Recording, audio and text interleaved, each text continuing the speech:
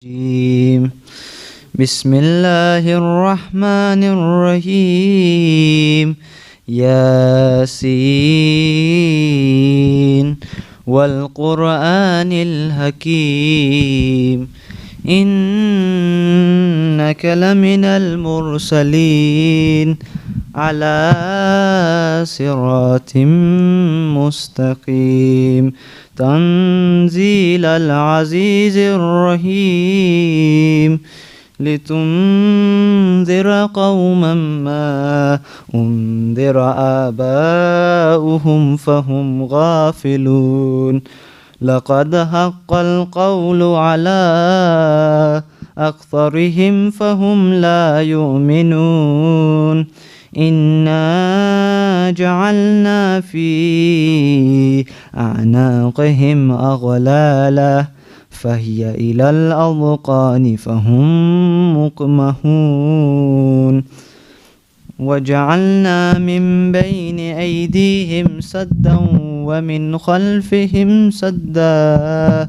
فأغشيناهم فهم لا يبصرون وسواء عليهم أأنذرتهم أم لم تنذرهم لا يؤمنون إنما تنذر من اتبع الذكر وخشي الرحمن بالغيب فبشره بمغفرة وأجر كريم إنا نحن نحيي الموت ونكتب ما قدموا وآثارهم وكل شيء أحصيناه في إمام مبين واضرب لهم مثلا أصحاب القرية إذ جاءها المرسلون إذ أرسلنا إليهم اثنين فكذبوهما فعززنا بثالث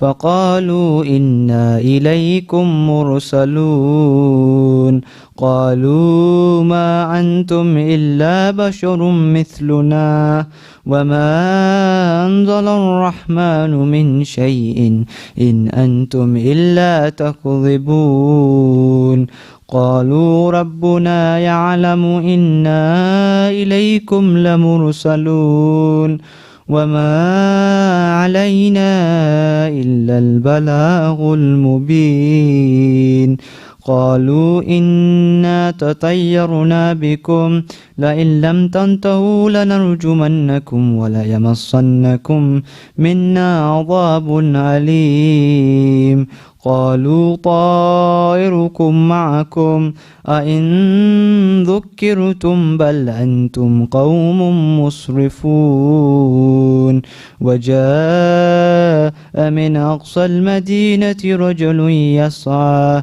قال يا قوم اتبعوا المرسلين اتبعوا من لا يسألكم أجرا وهم مهتدون وما لي لا أعبد الذي فطرني وإليه ترجعون أتخذ من دونه آلهة إن يردن الرحمن بضر لا تغن عني شفاعتهم شيئا ولا ينقذون إني إذا لفي ضلال مبين إني آمنت بربكم فاسمعون قيل ادخل الجنة قال يا ليت قومي يعلمون بما غفر لي ربي وجعلني من المكرمين وما أنزلنا على قومه من بعده من جند من السماء وما كنا منزلين إن كانت إلا صيحة واحدة فإذا هم خامدون يا حسرة على العباد ما يعتيهم من رسول إلا كانوا به يستهزئون ألم يروا كم أهلكنا قبلهم من القرون أنهم إليهم لا يرجعون وإن كل لما جميع لدينا محضرون وآية لهم الأرض الميتة أحييناها وأخرجنا منها هبا فمنه يأكلون وجعلنا فيها جنات من نخيل وأعناب وفجرنا فيها من العيون ليأكلوا من ثمره وما عملته أيديهم أفلا يشكرون سبحان الذي خلق الأزواج كلها مما تنبت الأرض ومن أنفسهم ومما لا يعلمون وآية لهم الليل نسلخ منه النهار فإذا هم مظلمون والشمس تجري لمستقر لها ذلك تقدير العزيز العليم والقمر قدرناه منازل حتى عاد كالعرجون القديم لا الشمس ينبغي لها أن تدرك القمر ولا الليل سابق النهار وكل في فلك يسبحون وآية لهم عنا حملنا ذريتهم في الفلق المشحون وخلقنا لهم من مثله ما يركبون وإن نشأ نغرقهم فلا صريخ لهم ولا هم ينقذون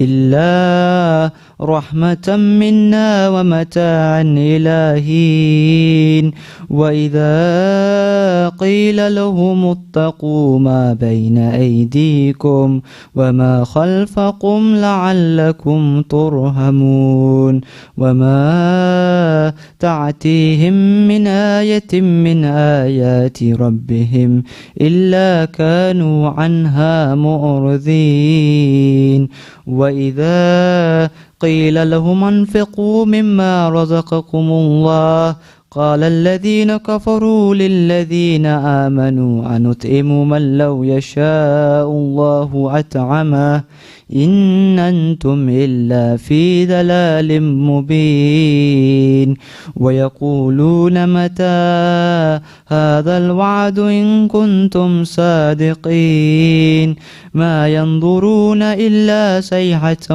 واحدة تأخذهم وهم يخصمون فلا يستطيعون توصية ولا إلى أهلهم يرجعون ونفخ في الصور فإذا هم من الأجداث إلى ربهم ينسلون قالوا يا ويلنا من بعثنا من مرقدنا هذا ما وعد الرحمن وصدق المرسلون إن كانت إلا صيحة واحدة فإذا هم جميع لدينا محضرون فاليوم لا تظلم نفس شيئا ولا تجزون إلا ما كنتم تعملون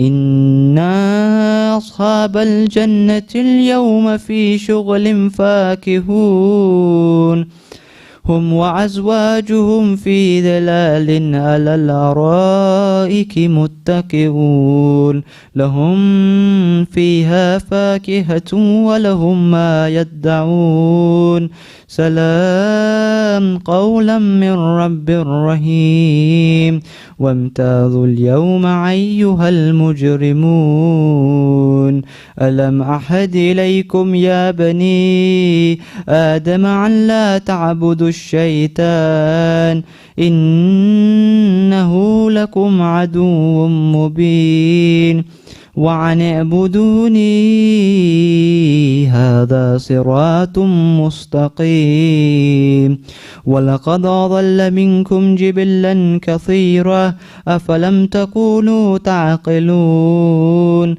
هذه جهنم التي كنتم توعدون اصلوها اليوم بما كنتم تكفرون اليوم نختم على أفواههم وتكلمنا أيديهم وتشهد أرجلهم بما كانوا يكسبون ولو نشاء لتمسنا على أعينهم فاستبقوا الصراط فعنا يبصرون ولو نشاء لمسخناهم على مكانتهم فما استطاعوا مضي ولا يرجعون ومن نعمره ننكسه في الخلق أفلا يعقلون وما علمناه الشعر وما ينبغي له إن هو إلا ذكر وقرآن مبين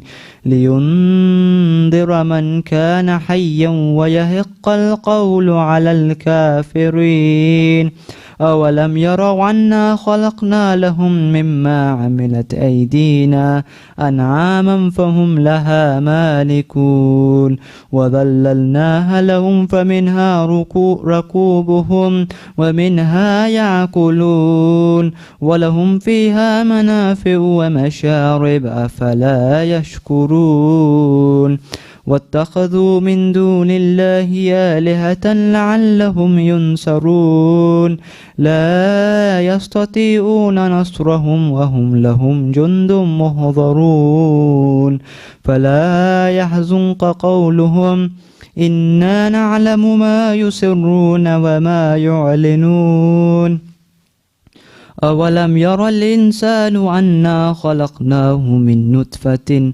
فإذا هو خصيم مبين وضرب لنا مثلا ونسي خلقه قال من يحيي العظام وهي رميم قل يحيي الذي أنشأها أول مرة وهو بكل خلق عليم الذي جعل لكم من شجر الأخضر نارا فإذا أنتم منه توقدون أوليس الذي خلق السماوات والأرض بقادر على أن يخلق مثلهم بلى وهو الخلاق العليم إنما أمره إذا أراد شيئا أن يقول له كن فيكون فسبحان الذي بيده ملكوت كل شيء وإليه ترجعون صدق الله العلي العظيم.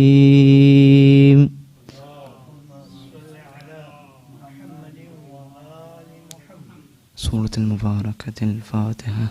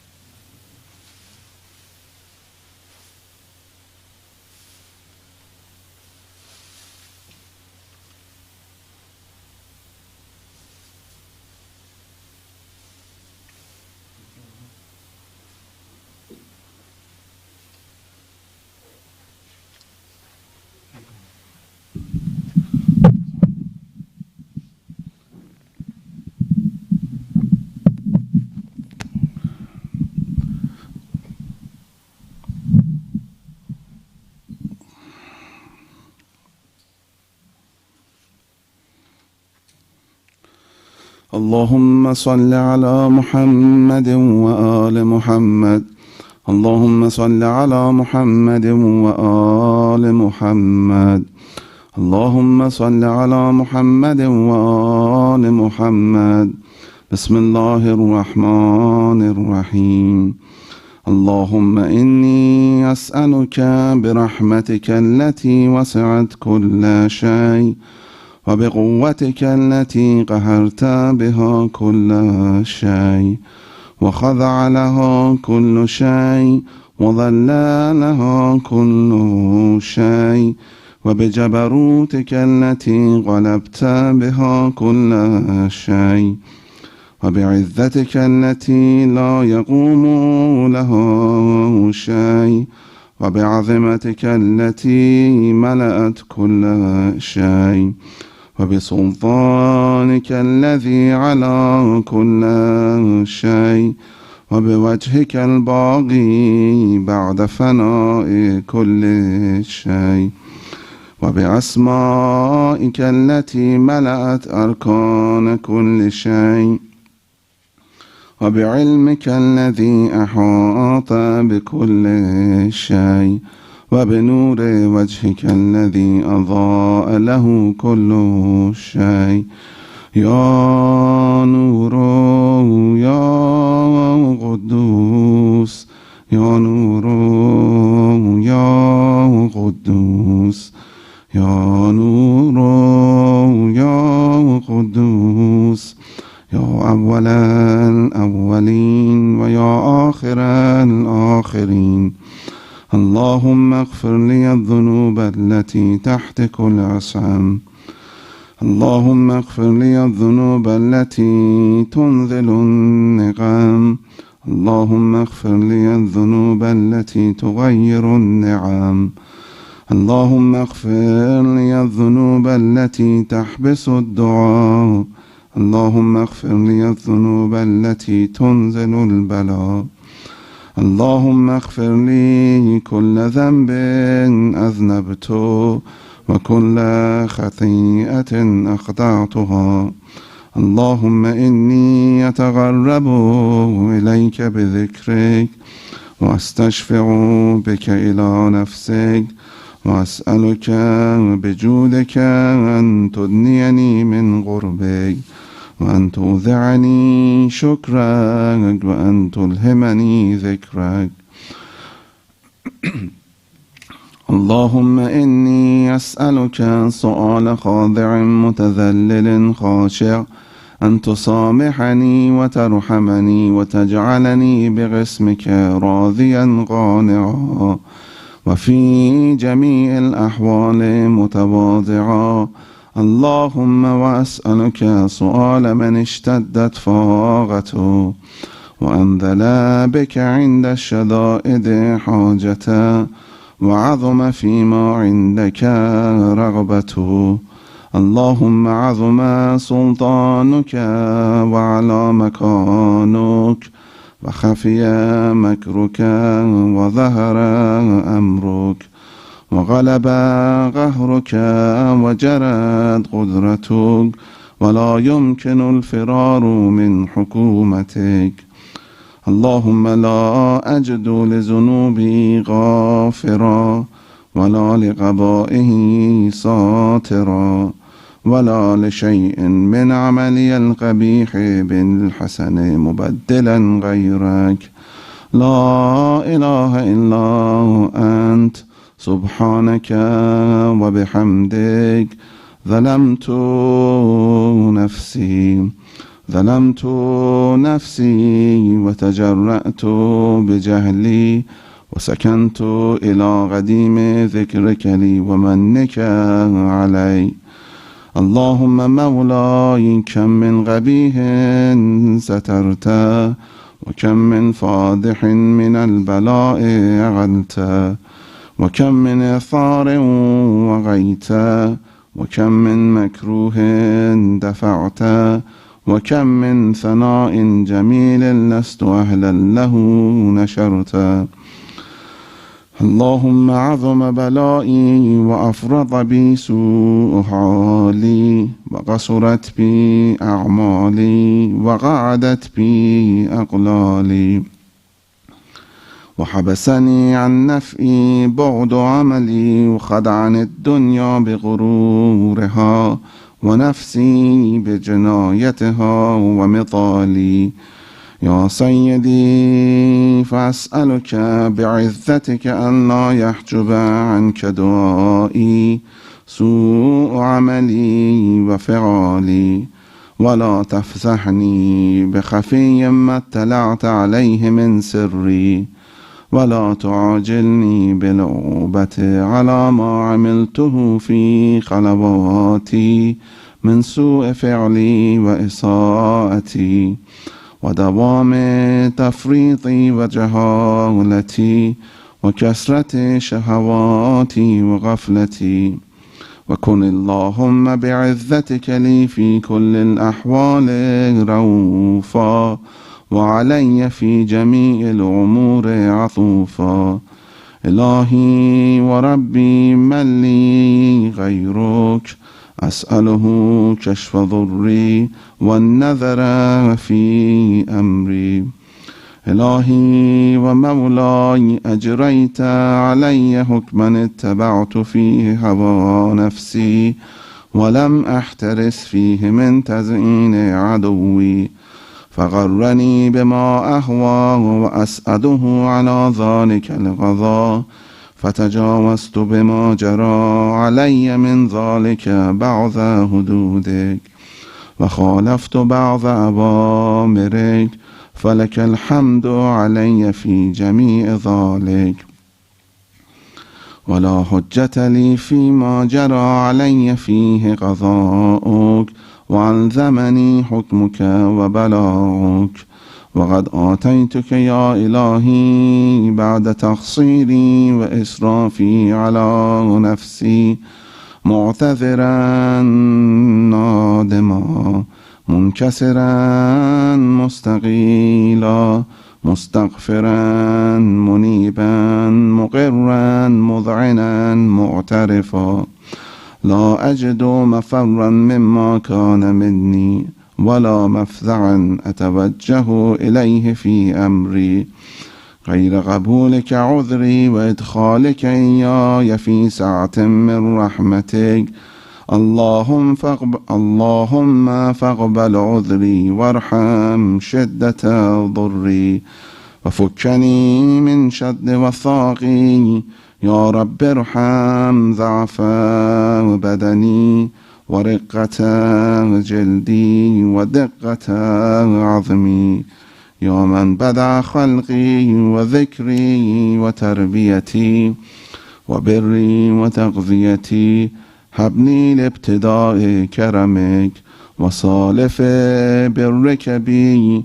يا إلهي وسيدي وربي، أتراك معذبي بنارك بعد توحيدك وبعد من طوى عليه قلبي من معرفتك ولهج به لساني من ذكرك واعتقده ضميري من حبك، وبعد صدق اعترافي ودعائي خاضعا لربوبيتك.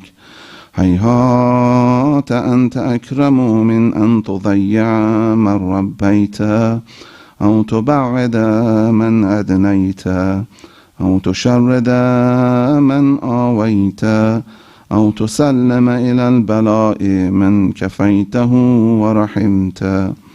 وليت شعري يا سيدي وإلهي ومولاي، أتسلط النار على وجوه خرت لعظمتك ساجدا وعلى ألسن نطقت بتوحيدك صادقة وبشكرك مادحة وعلى قلوب اعترفت بإلهيتك محققة وعلى ضمائر حوت من العلم بك حتى صارت خاشعة وعلى جوارح سعت إلى أوطان تعبدك طائعة وأشارت باستغفارك مذعنة. ما هكذا الظن بك ولا أخبرنا بفضلك عنك يا كريم يا كريم يا رب، وأنت تعلم ضعفي عن قليل من بلاء الدنيا وعقوباتها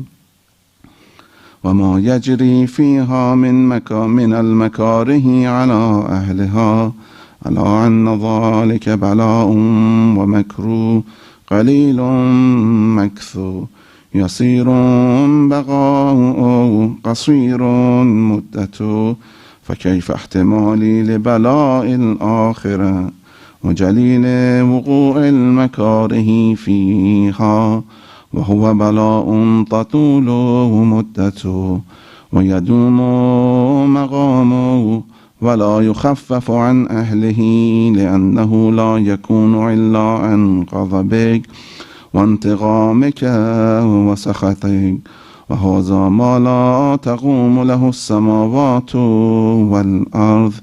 يا سيدي فكيف لي وأنا عبدك الضعيف الذليل الحقير المسكين المستكين. يا إلهي وربي وسيدي ومولاي، لأي الأمور إليك أشكو، ولما منها أذج وأبكي، لأليم العذاب وشدته أم لطول البلاء ومدته؟ فلئن صيرتني للعقوبات مع أعدائك، وجمعت بيني وبين أهل بلائك، وفرقت بيني وبين أحبائك وأوليائك، فهبني يا إلهي وسيدي ومولاي وربي. صبرت على عذابك، فكيف أصبر على فراقك؟ وهبني صبرت على حر نارك، فكيف أصبر على النظر إلى كرامتك؟ أم كيف أسكن في النار ورجائي أفوك؟ فبعزتك يا سيدي ومولاي أقسم صادقا، لئن تركتني ناطقا لأذجن إليك بين أهلها زجيج الآملين، ولأصرخن إليك صراخ المستصرخين، ولأبكين عليك بكاء الفاقدين، ولأنادينك أين كنت يا ولي المؤمنين، يا غاية آمال العارفين، يا غياث المستغيثين، يا حبيب قلوب الصادقين، ويا إله العالمين. أفتراك سبحانك يا إلهي وبحمدك تسمع فيها صوت عبد مسلم سجن فيها بمخالفته، وذاق طعم عذابها بمعصيته، وحبس بين أطباقها بجرمه وجريرته، وهو يذج إليك ذجيج معمل لرحمتك، ويناديك بلسان أهل توحيدك، ويتوسل إليك بربوبيتك. يا مولاي فكيف يبغى في العذاب وهو يرجو ما سلفك من حلمك؟ أم كيف تعلمه النار وهو يعلم فضلك ورحمتك؟ أم كيف يحرقه لهيبها وأنت تسمع صوته وترى مكانه؟ أم كيف يشتمل عليه زفيرها وأنت تعلم ضعفه؟ أم كيف يتغلغل بين أطباقها وأنت تعلم صدقه؟ أم كيف تزجره زبانيتها وهو يناديك يا رب؟ أم كيف يرجو فضلك في عتقه منها فتتركه فيها؟ هيهات ما ذلك الظن بك، ولا المعروف من فضلك، ولا مشبه لما عملت به الموحدين من برك وإحسانك. فباليقين أخطأوا لولا ما حكمت به من تعذيب جاهديك، وغذيت به من إخلاد معانديك، لجعلت النار كلها بردا وسلاما، وما كان لأحد فيها مغرا ولا مغاما. لكنك تقدست أسماؤك، أقسمت أن تملأها من الكافرين من الجنة والناس أجمعين، وأن تخلد فيها المعاندين، وأن تجل ثناؤك.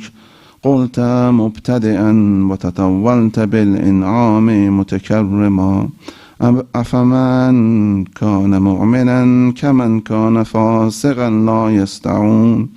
إلهي وسيدي، فأسألك بالقدرة التي قدرتها وبالغذية التي حتمتها وحكمتها وغلبت من عليه أجريتها، أن تهب لي في هذه الليلة وفي هذه الساعة كل جرم أجرمت، وكل ذنب أذنبت، وكل قبيح أسررت، وكل جهل عملته كتمته أو أعلنت، أخفيته أو أظهرت، وكل سيئة أمرت بإثباتها الكرام الكاتبين الذين وكلتهم بحفظ ما يكون مني، وجعلتهم شهودا علي مع جوارحي، وكنت أنت الرقيب علي من ورائهم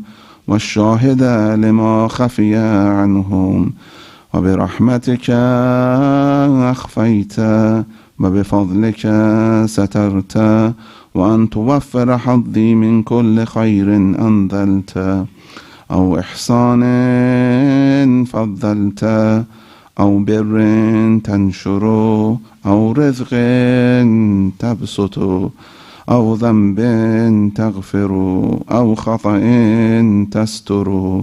يا رب يا رب يا رب يا رب يا رب يا رب يا رب يا رب يا رب يا إلهي وسيدي ومولاي ومالك رقي، يا من بيده ناصيتي،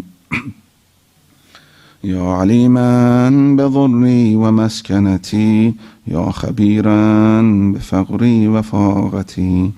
يا رب يا رب يا رب يا رب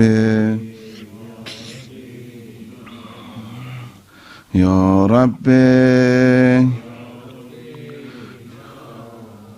أسألك بحقك وقدسك وأعظم صفاتك وأسمائك أن تجعل أوقاتي من الليل والنهار بذكرك معمورة وبخدمتك موصولة، وأعمالي عندك مقبولة، حتى تكون أعمالي وأورادي كلها وردا واحدا، وحالي في خدمتك سرمدا.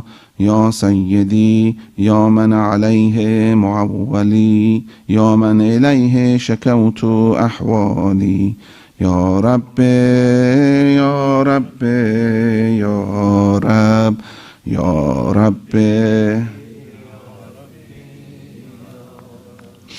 يا رب يا رب قو على خدمتك جوارحي، واشدد على العظيمة جوانحي، وهب لي الجد في خشيتك والدوام في الاتصال بخدمتك، حتى أسرح إليك في ميادين السابقين، وأسرع إليك في المبادرين، وأشتاق إلى قربك في المشتاقين، وأطلب منك دنو المخلصين، وأخافك مخافة الموقنين، وأجتمع في جوارك مع المؤمنين. اللهم ومن أرادني بسوء فأرد، ومن كادني فكد، واجعلني من أحسن عبيدك نصيبا عندك، وأقربهم منزلة منك، وأخصهم ظلفة لديك، فإنه لا ينال ذلك إلا بفضلك.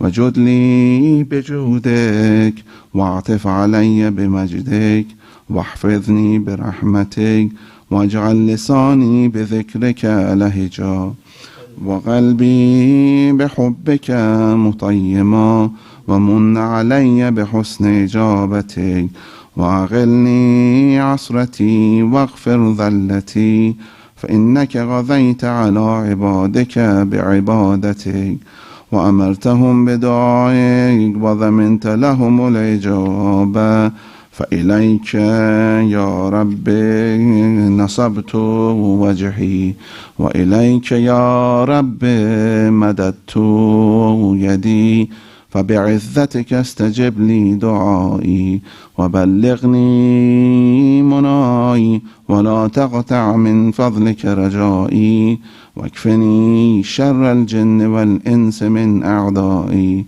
يا سريع الرضا يا سريع الرضا يا سريع الرضا اغفر لمن لا يملك إلا الدعاء فإنك فعال لما تشاء يا من اسمه دواء وذكره شفاء وطاعته غنى ارحم من رأس ماله الرجاء وسلاحه البكاء يا سابق النعم يا دافع النقم يا نور المستوحشين في الظلم يا عالما لا يعلم صل على محمد وآل محمد وافعل بما أنت أهله وصلى الله على رسوله والأئمة الميامين من آله وسلم تسليما كثيرا.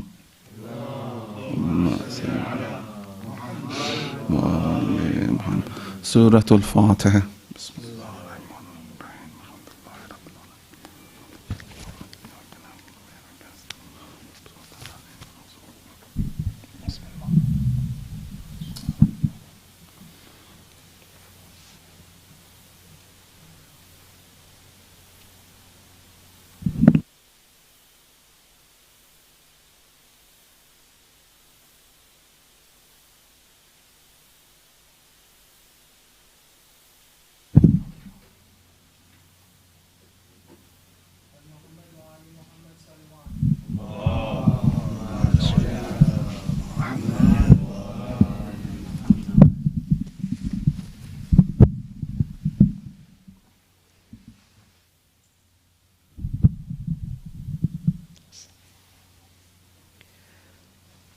أعوذ بالله من الشيطان اللعين الرجيم.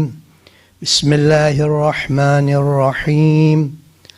الحمد لله وكفى وسلام على عباده الذين اصطفى محمد وأهل بيته الطيبين الطاهرين المعصومين الذين أذهب الله عنهم الرجس وطهرهم تطهيرا. اللهم صل على محمد واللعنة الدائمة الباقية على أعدائهم أجمعين.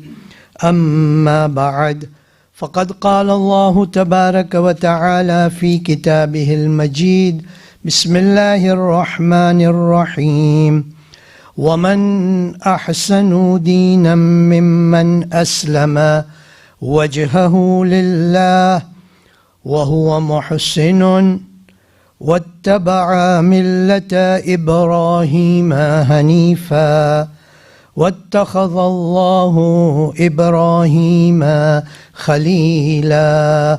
آمنا بالله. صدق الله العلي العظيم.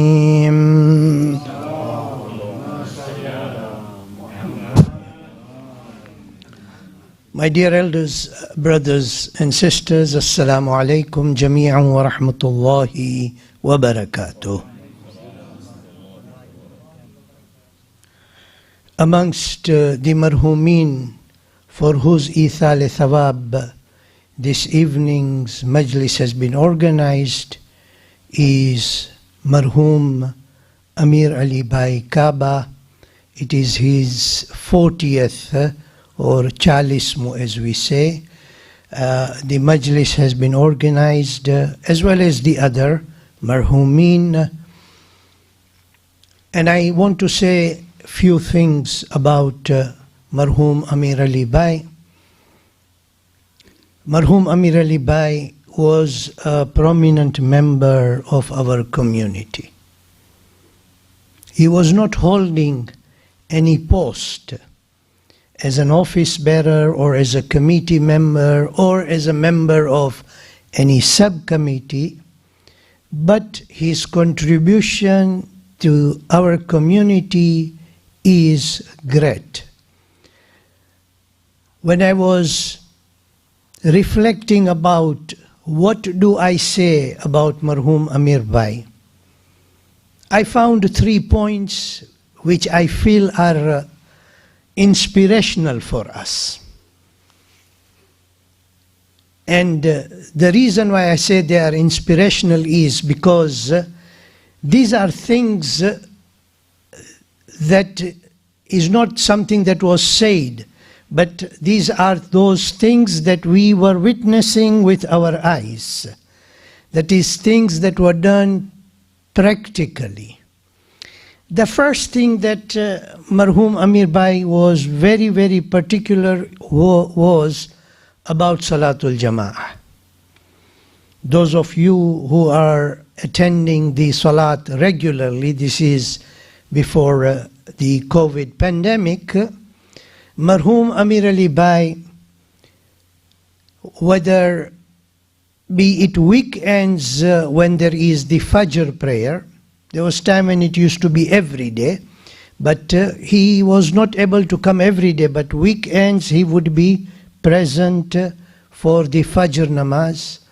Zohrain and Maghribain prayers was like regular, unless he was sick or he was out of the town. I remember there were times when I would see him in the evening, Maghribain prayers, and I would ask him, Amir Bhai, aaj bapor na dekhana nahi tame. Did not see you this afternoon.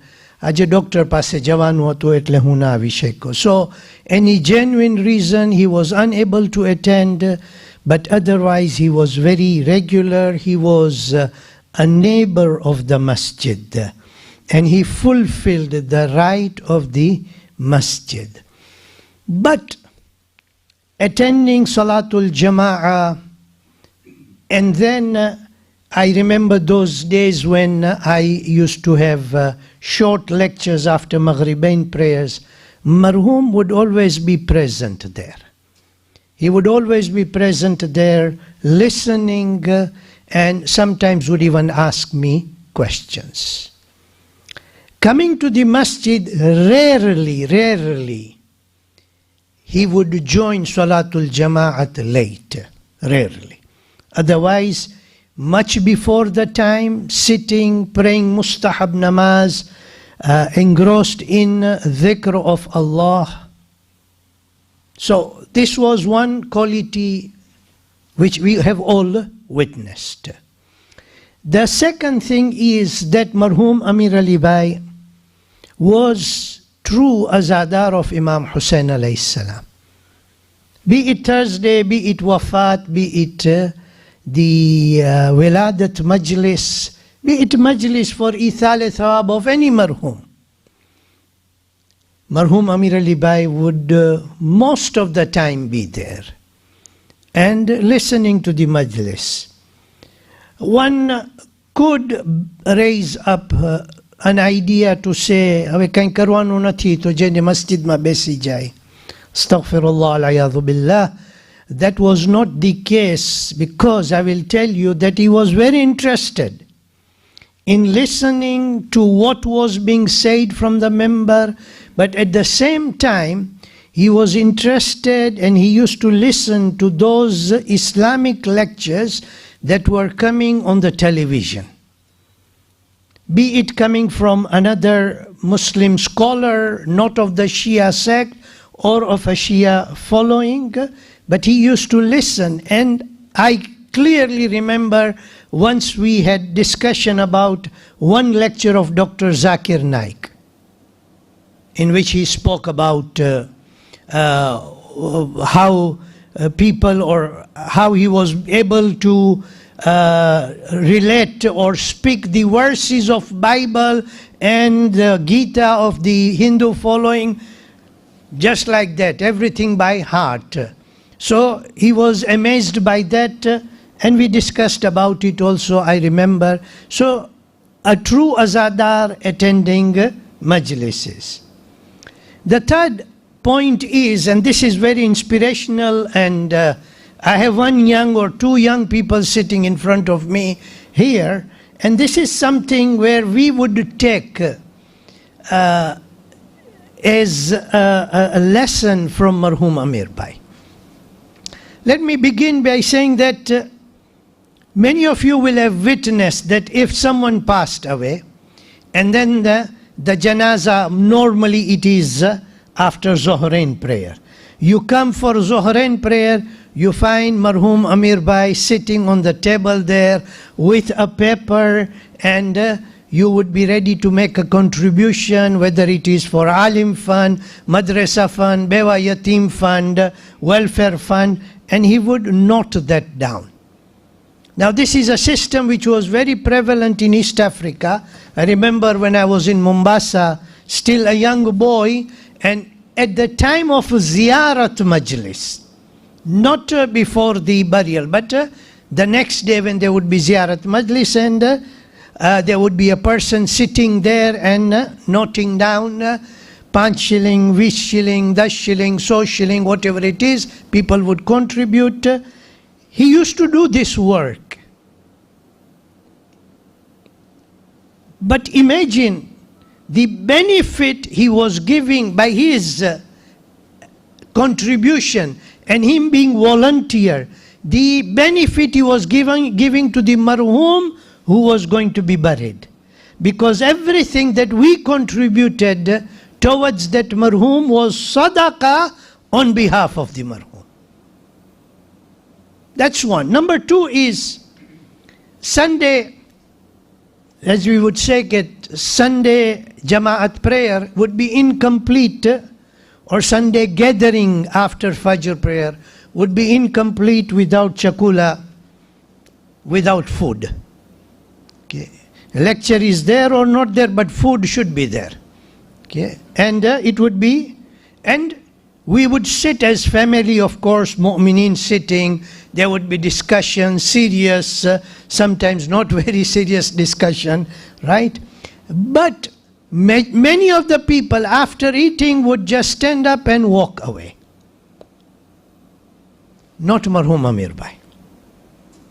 He would sit there, he would help to make sure that the tables are folded, the chairs are kept back in its place. And I'm talking about at that age when normally an old person, we would tell him, Bapa tame west jao, you sit down. But he would be there, ready to help, ready to assist. And I remember very clearly that whenever I used to call upon him and, phone him and tell him, Amir Bhai, mayyat thai gaye che tamari jarurat che aaje, please do come to give ghusl. And his answer would be, Labbaika, I am coming.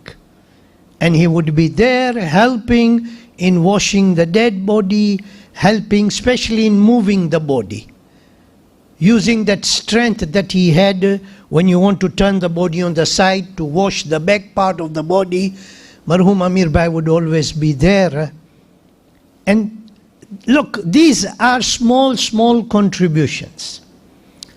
What, for example, now I remember Sayyid Afzal sitting over here, he always used to make joke with us that at the time when we used to shake hands, and if Amir Bhai would be there, and Sayyid Bhai would always say, Qibla wa Kaaba. Okay, so I am Qibla, meaning the person who is leading the namaz, and Marhum Amir Bhai is Kaaba. Right, we is Qibla wa Kaaba, we used to say. And he used to take it in that stride, and he would laugh, and he understood that this was there. We have lost a great person, but the point I want to make, my dear elders, brothers and sisters, is that whatever little each one of you is contributing, in whichever way, is making our Jama'at arrange its program and making sure that the programs do run properly. Let's remember Marhum Amir Bhai as well as all our marhumin with Surah Fatiha. Bismillahir Rahmanir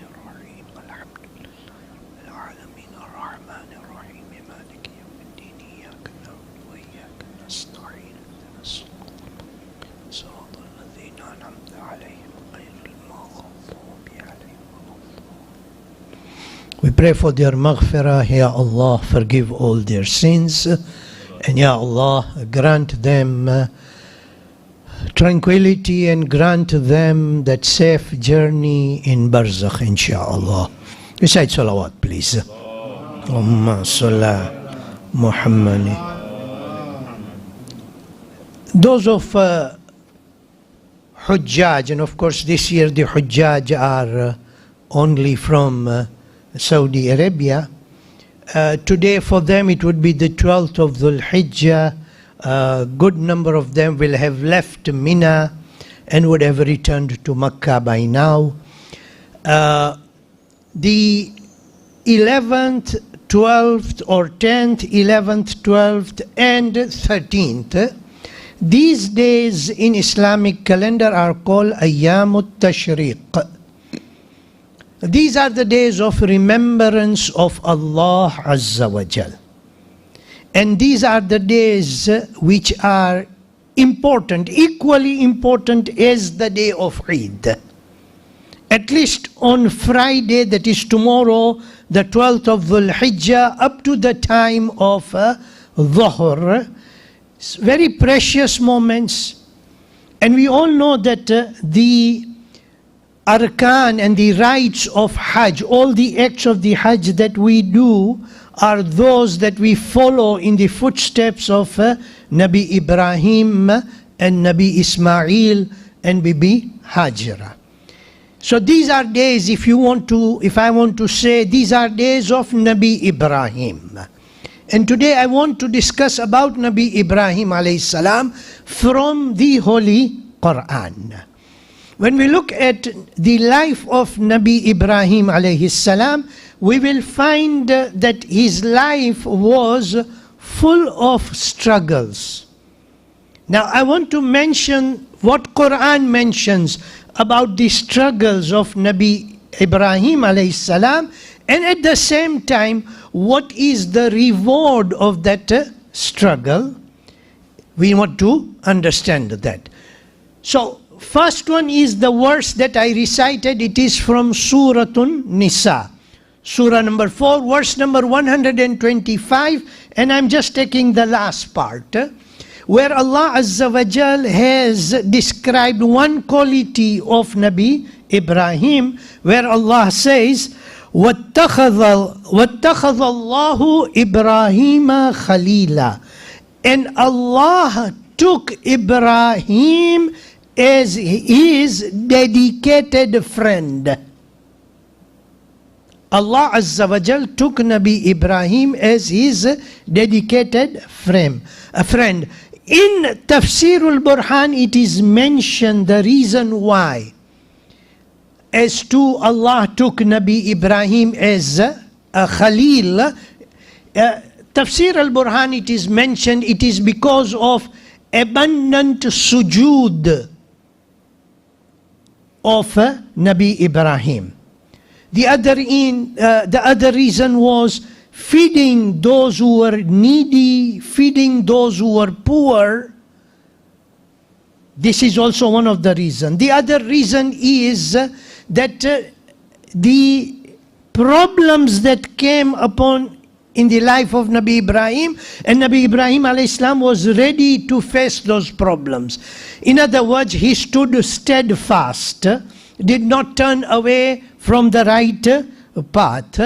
The other two reasons given are the midnight salat.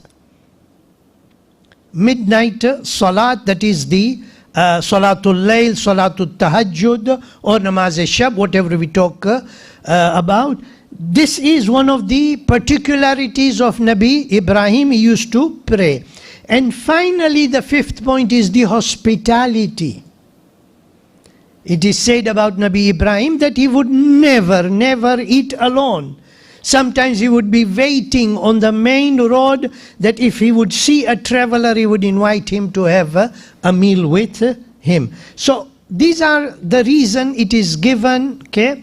But if you now refer to Quran, Allah Azza wa Jal also mentions another thing, and Allah Azza wa Jal in Surah Al-Mumtahana, Surah number 60, verse number 4, Allah Azza wa Jal tells us, He says, قَدْ كَانَتْ لَكُمْ أُسْوَةٌ حَسَنَةٌ فِي إِبْرَاهِيمَ.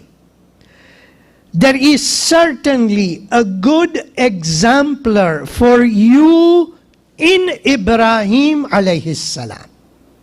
What is uswa? Uswa means ta'assi.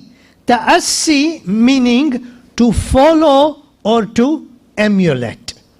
So Allah is telling us, you want to lead a life in this world, in Nabi Ibrahim you will find an example. In order to explain, more clearly for us to understand, there is a tradition that is said to be narrated by the Imam of our time, Imam Sahibul Zaman Ajjalallahu Farajahu Sharif. Allahumma salli ala Muhammadin wa al. Very interesting, you can reflect, I'm not going to elaborate, but you can go and reflect that it is mentioned that the 12th Imam said, the messenger of Allah's daughter, Hazrat Zahra alayha salam, is my perfect model. The 12th Imam says. And in Maqtal Mikhnaf, it is mentioned that Imam Husain alayhi salam has narrated where Imam says, he is a model in struggling against the enemies of Islamic faith.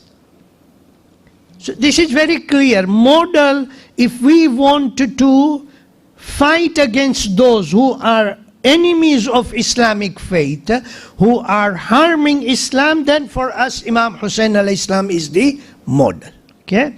Now, let us look at the life of Nabi Ibrahim. These are short verses that I want to say. We can say that these are features in the life of Nabi Ibrahim, and at the same time understand that these are accomplishments of Nabi Ibrahim. Number one that we find about Nabi Ibrahim alayhi salam, and Quran says that Nabi Ibrahim said, La uhibbu afilin. La uhibbu afilin. I do not like those who set. The stars, at night we are able to see. Morning we say set. The sun, morning it rises. Evening we say it has set. Nabi Ibrahim said, La uhibbu afilin. I do not like those who set. Now, if we look at the environment at that time, if we look at the conditions at that time, then we find that people used to worship moon, sun, stars. They used to worship that. And Quran has mentioned in Surah An'am that Nabi Ibrahim looks at the stars, and then he looks at the moon, and then he looks at the sun, and he rejects all of them. The common point over here is that Nabi Ibrahim rejected all this, and he believed in one God. He believed in one God and steadfastly stood on that path, did not turn away from that path. Now, we can look at what are our stars today, or whom do we consider as those we say that we need to respect these people and we must give them all this respect. Some people consider greed as their God. Some people consider the love of this world as their God.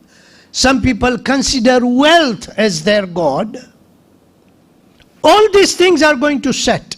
All these things are going to be over. La uhibbu afilin. I do not like those who set.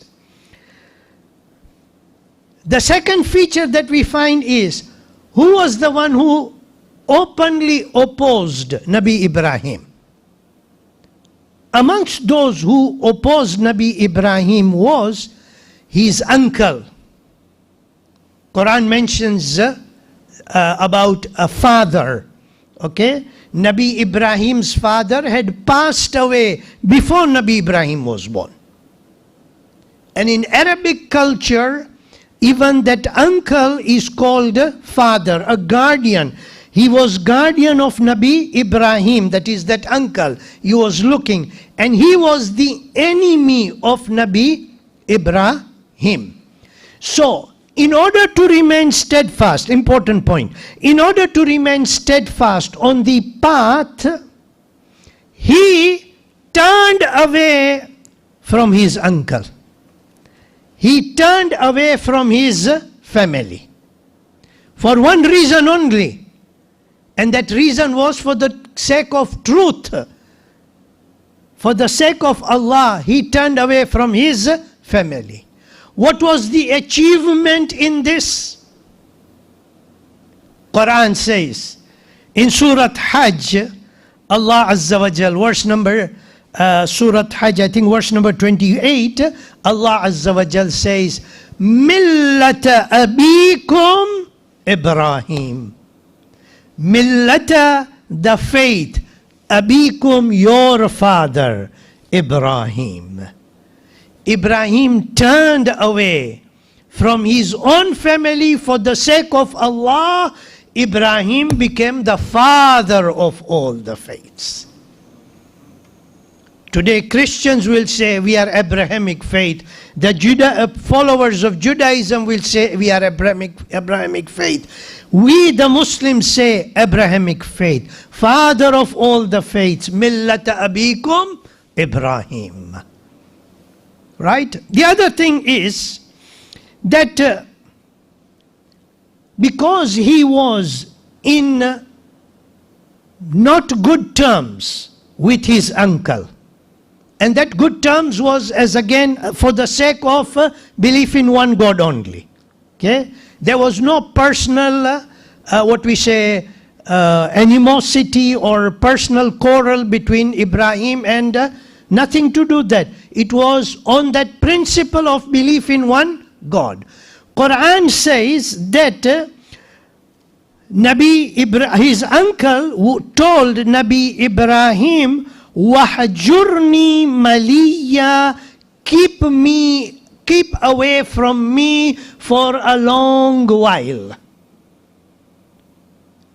Some of them have mentioned that wahjurni over here meaning that the uncle is telling Ibrahim, please do not annoy me. Maru magaz nahi bagad. Right? Do not annoy me. Okay? So, here Nabi Ibrahim is being asked to leave. He is being asked by his uncle to leave, not to keep connection with him. Nabi Ibrahim, for the sake of Allah, does not harass, does not mistreat his uncle. And what does he achieve?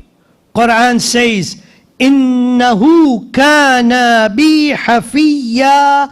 Indeed, Nabi Ibrahim says, indeed he, Allah, is gracious to me. My uncle will have left me, my uncle will have thrown me out, but Allah Azza wa Jal is gracious to me. Let me make one more point. Again, we will look at this, maybe not next Thursday, but maybe Thursday after that, inshallah. We will look at, again, life of Nabi Ibrahim. But I want to make one point over here. Okay? What did Nabi Ibrahim fight against? During his time, what did he fight against? This is such a beautiful point. And inshallah, I hope that once I am able to convey this point, you will find it also that this is such a good and an inspirational point for us. what did Nabi Ibrahim, what did he destroy? Right? He destroyed those idols that were in a temple. Right? And he kept the big one. Hathodo dei dido hathma. Okay? Put that X into the, right? Sorry, Ali and Sayyid, if you don't understand Gujarati. Sorry. So, he turned away from the idols. He turned away from the idols. He destroyed the idols. There must be a very important reason for him. Was he, astaghfirullah alayadu billah, a terrorist and terrorist specialist in destroying idols? Astaghfirullah alayadu billah. No. Nabi Ibrahim wanted to convey a message. And he did the message in the way, or conveyed the message in the way he wanted, in order to bring that sense into the mind of these people. Finally, when they asked him, they said, look, who is holding the X? Ask that whether he is able or it is able to answer, or is it able to reply? And at that time they said, it is unable to hear nor is able to speak.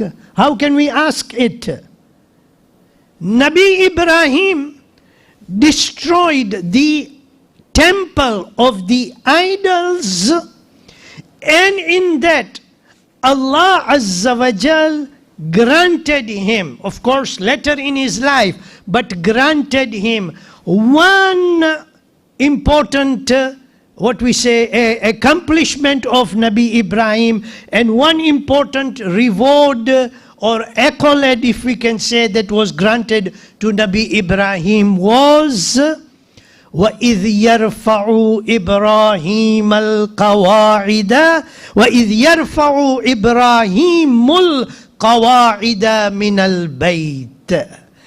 And Ibrahim raised the foundations of the house. Ibrahim destroyed the temple of the idols, built the house of Tawheed. Built the house of Tawheed. This is accomplishment of Nabi Ibrahim. So when we look at the life of Nabi Ibrahim, of course there are many points, inshallah. Not next Thursday, but Thursday after that, inshallah, I will continue on this life of Nabi Ibrahim alayhi salam from the Holy Quran, inshallah. And we see that when we look at the struggles of Nabi Ibrahim, we look at our own struggles, and we say that main message that Nabi Ibrahim gives us is, you want anything accomplished, talk to Allah Azza wa Jal. Have trust on Allah Azza wa Jal. Azadaro,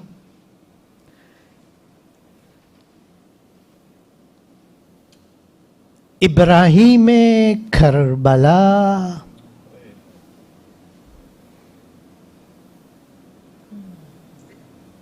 हर वक्त अल्लाह को याद करते थे, इसमें कोई शक नहीं है। आप जानते हो, सुना है, पढ़ा है कि जब आशूर की 9वीं मुहर्रम को तासुआ के दिन जब इमाम हुसैन अलैहिस्सलाम ने इजाज़त मांगी थी, तो हज़रत अबुल फज़ल अब्बास को इसी वजह से और इसी सबब से कहा था कि अब्बास जाके कहो कि ये रात हम अल्लाह की इबादत में गुजारे। और इमाम हुसैन अलैहिस्सलाम ने वो रात, और इमाम के सहाबी सब ने वो रात इबादत में गुजारी थी। इमाम अपने मकसद पर मुस्तहकिम थे। जब भी कोई तकलीफ आती थी, इमाम उसका सामना करते थे। लेकिन अज़ादारों, दो नुक्तों की तरफ ज़रा اشارہ کرتا ہوں انشاءاللہ. ایک تو وہ ہے کہ جب جوان فرزند اپنے باپ کے پاس آتا ہے اور کہتا ہے بابا مجھے اجازت دیجئے. مولا حسین علیہ السلام ہم جانتے ہیں کہ جناب علی اکبر کو انہوں نے اجازت دی تھی، اس میں کوئی شک نہیں ہے عزادارو، اور یہ بھی کہا تھا کہ جاؤ بیویوں سے مل لو اور ان کو خدا حافظ کر لو، ان سے ودا ہو جاؤ. بیویاں بھی سمجھتی تھی کہ جو بھی میدان میں جاتا ہے واپس نہیں آتا، اسی لیے تاریخ میں ملتا ہے کہ عزاداروں جب بھی علی اکبر چاہتے تھے خیمے کا پردہ اٹھتا تھا، گرتا تھا، ایسا لگتا تھا کہ جب بھی علی اکبر باہر نکلنا چاہتے تھے بیویاں آ کے گھیر لیتی تھی. ہاں عزاداروں ان سے تو ودا ہو گئے. اب جو بابا کے پاس آئے ہیں یہ ایک مقتل کا فکرہ ملتا ہے کہ امام نے کہا مولا میں یہی سوال کرتا ہوں آپ کو، کس دل سے آپ نے اپنے جوان فرزند کو یہ کہا بنیا تقدم، اے بیٹا آگے بڑھو. اور عزاداروں علی اکبر آگے بڑھتے ہیں، حسین پیچھے پیچھے جاتے ہیں. میں نہیں جانتا مولا کیوں ایسے کرتے تھے، لیکن باپ کا دل ہے، جوان فرزند جا رہا ہے. بس عزاداروں ایک نکتہ، دوسرا نکتہ کہ جب علی اکبر نے آواز دی ہے اور امام حسین علیہ السلام میدان کی طرف دوڑ رہے ہیں اور آواز دے رہے ہیں، ایک بوڑھا باپ جوان فرزند کو پکار رہا ہے این علی، این علی، بیٹا علی تم کہاں ہو؟ اور عزاداروں جب پہنچتے ہیں کیا دیکھتے ہیں؟ خدا کسی بوڑھے باپ کو وہ منظر نہ دکھائے جو مولا حسین نے دیکھا.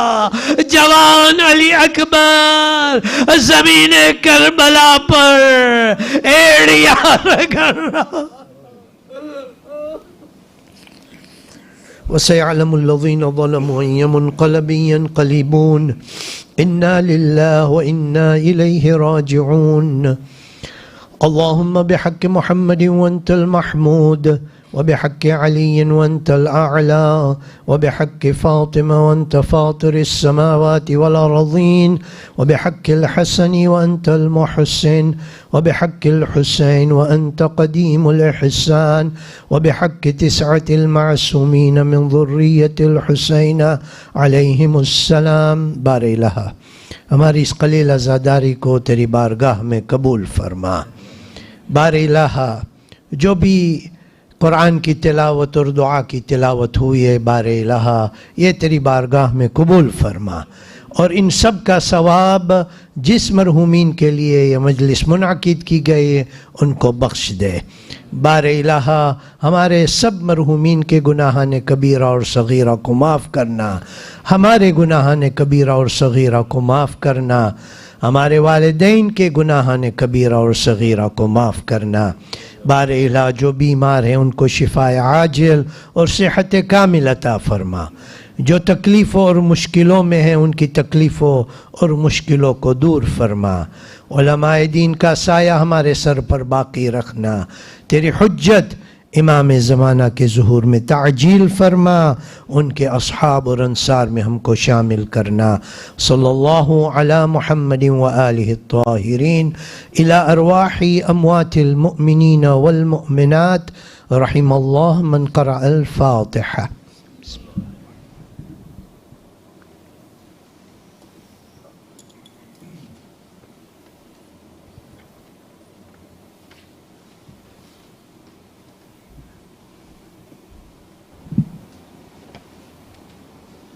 بر محمد و آل محمد صلوات.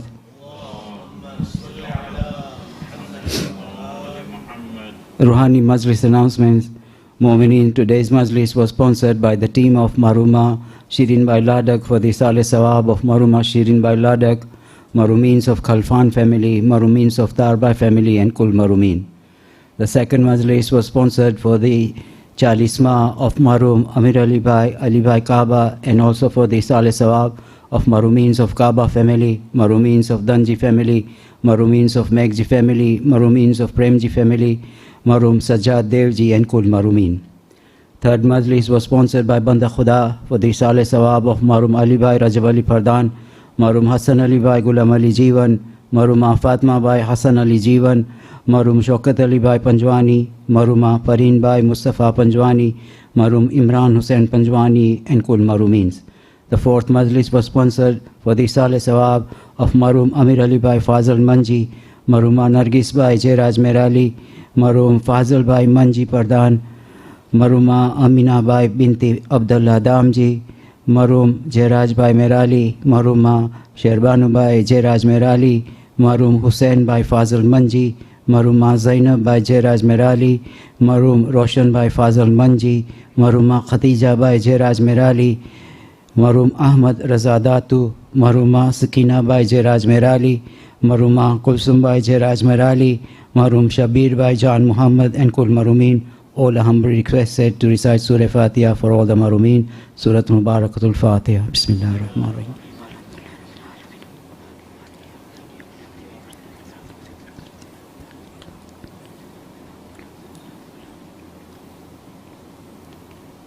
Mu'mineen, please be standing for recitation of Ziyarat of Hari Service.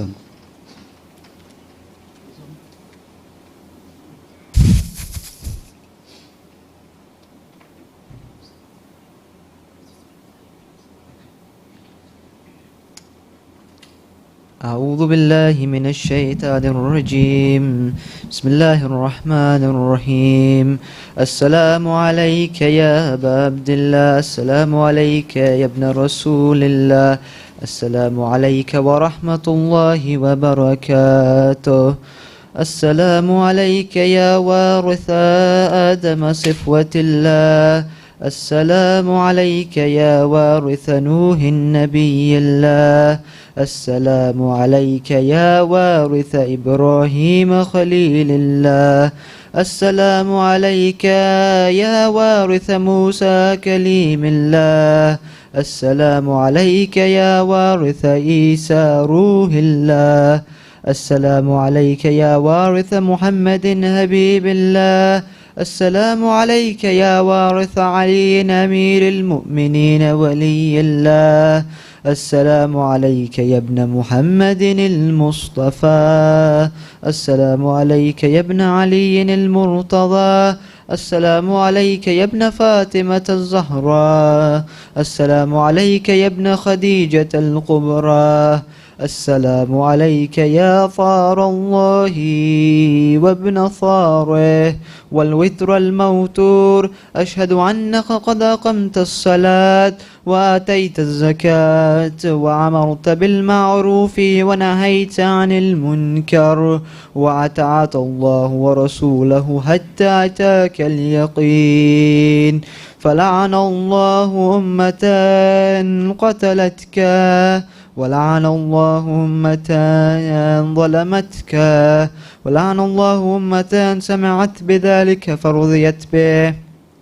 يا مولاي يا أبا عبد الله، أشهد أنك كنت نورا في الأصلاب الشامخة والأرحام المطهرة، لم تنجسك الجاهلية بعنجاسها ولم تلبسك من مدلهمات ثيابها، وأشهد أنك من دعائم الدين وأركان المؤمنين، وأشهد أنك الإمام البر التقي الرضي الزكي الهادي المهدي، وأشهد أن الأئمة من ولدك كلمة التقوى وعلام الهدى والعروة الوثقى، والهجة على أهل الدنيا، وأشهد الله وملائكته وأنبياءه ورسله أني بكم مؤمن وبيا بكم موقن بشرائع ديني وخواتيم عملي، وقلبي لقلبكم سلم وأمري لأمركم متبع. صلوات الله عليكم وعلى أرواحكم وعلى أجسادكم وعلى أجسامكم وعلى شاهدكم وعلى غائبكم وعلى ظاهركم وعلى باتنكم.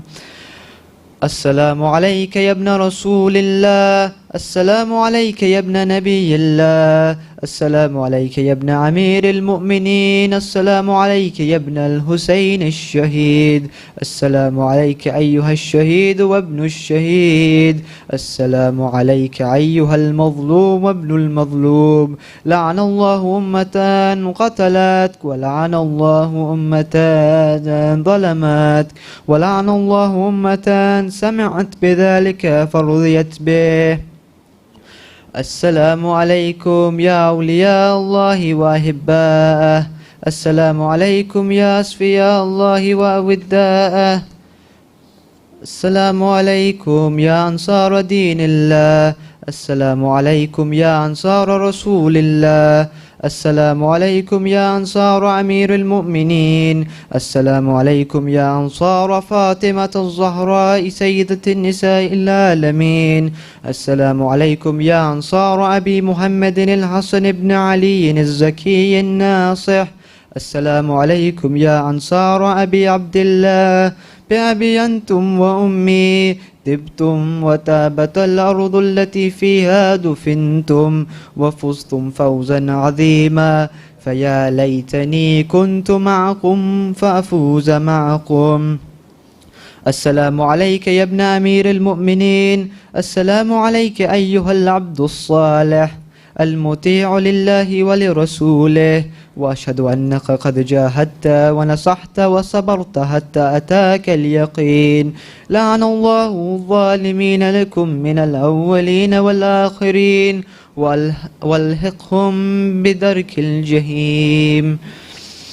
السلام عليك يا مولاي وابن مولاي، السلام عليك يا غريب الغرباء، السلام عليك يا سلطان أبا الحسن علي بن موسى الرضا ورحمة الله وبركاته، السلام عليك يا صاحب الزمان، السلام عليك يا خليفة الرحمن، السلام عليك يا شريك القرآن، السلام عليك يا مولانا يا صاحب العصر والزمان ورحمة الله وبركاته.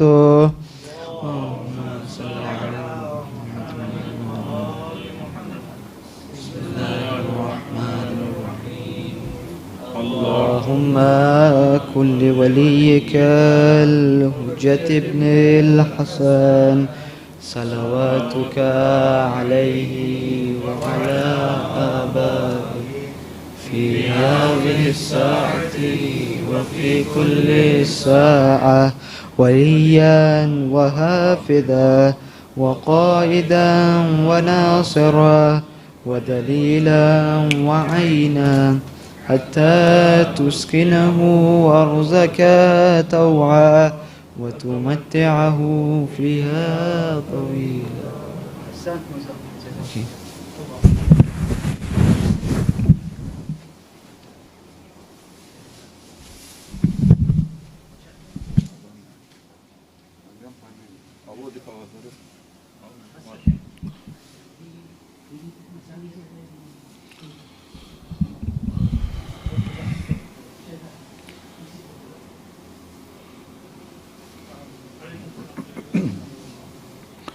إن الله وملائكته يصلون على النبي يا أيها الذين آمنوا صلوا عليه وسلموا تسليما.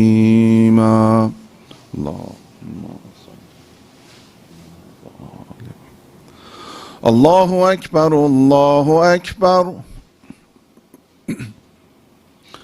الله أكبر الله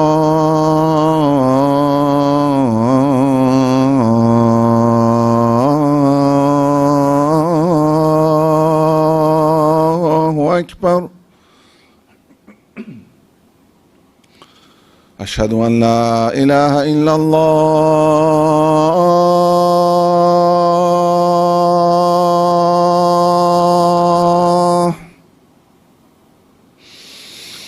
أشهد أن لا إله إلا الله.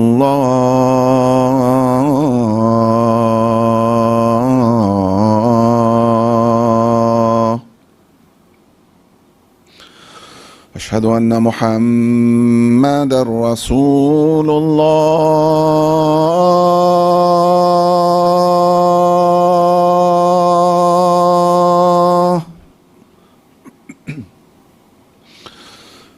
أشهد أن محمدا رسول الله.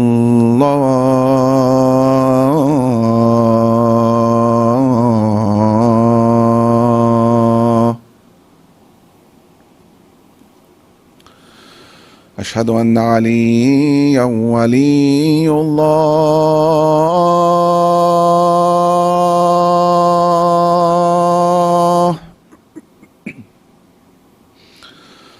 أشهد أن عليا حجة الله.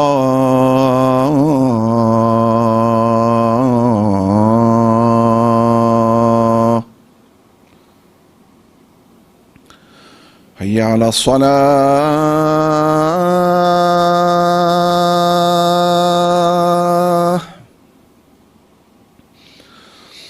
حي على الصلاة.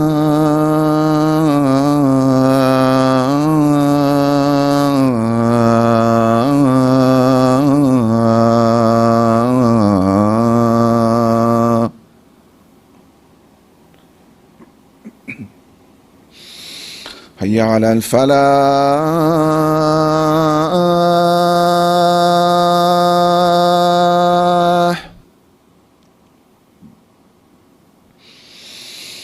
حي على الفلاح.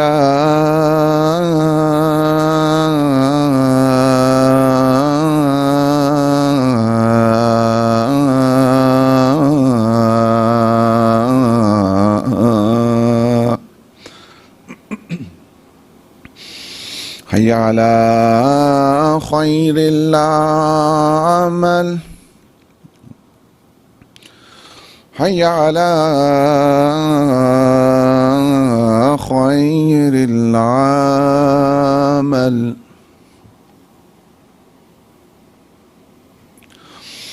الله أكبر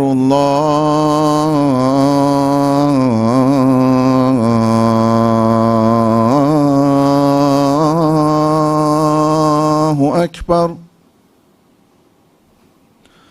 لا إله إلا الله.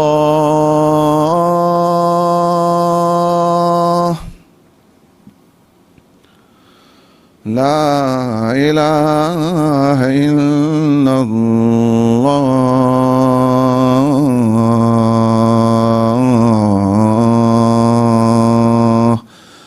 وصلى الله على سيدنا محمد وآله وسلم.